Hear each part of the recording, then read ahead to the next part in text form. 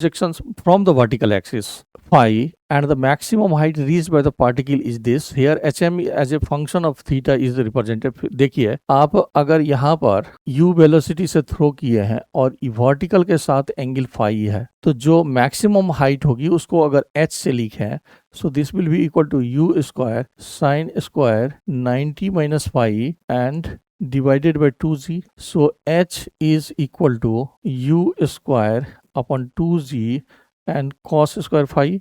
तो यहाँ पर h और फाई की वेरिएशंस को प्लॉट किया है और उसको फाइंड करने के लिए बोल रहा है। तो अगर हम फाई का वैल्यू 0 लें तो h की वैल्यू मैक्सिमम होगी, यानी कि u स्क्वायर बाय 2z हो जाएगा, और फाई की वैल्यू 90 लेंगे तो h की वैल्यू 0 हो जाएगी। एंड ये स्क्वायर पर है, ये स्क्वायर पर डिपेंडेंट है, तो ये नेचर पैराबोलिक होगा, ये तो ट्रू है।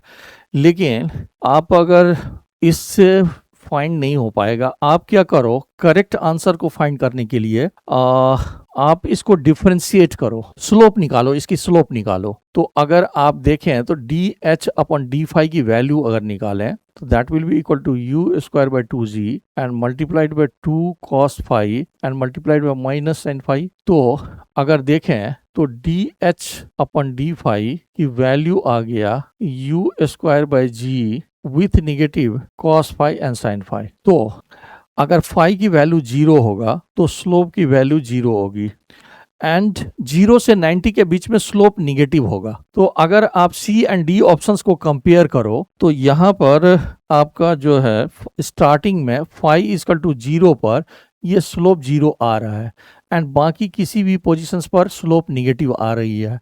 इसका मतलब एंड डी ऑप्शन में देखेंगे तो स्टार्टिंग पॉइंट पर स्लोप 0 नहीं है, स्टार्टिंग पॉइंट पर कुछ वैल्यू है। इसका मतलब आपका बी ऑप्शन करेक्ट होगा।